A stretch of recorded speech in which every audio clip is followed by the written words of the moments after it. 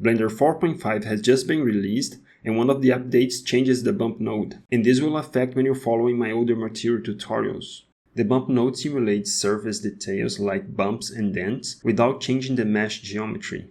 It converts height information into a normal map, which affects how light interacts with the surface, creating the illusion of depth. In previous versions, the default distance value of the bump node was 1, which made the effect very strong. So we usually had to lower the strength or the distance quite a bit to get a subtle result.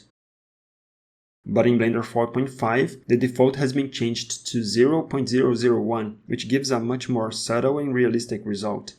However, if you are following one of my older tutorials in Blender 4.5 or later, the bump effect might look too weak or almost invisible. To match the look from the original video, you will need to manually set the distance back to 1. Alternatively, you can stick with the new default and just adjust the strength instead.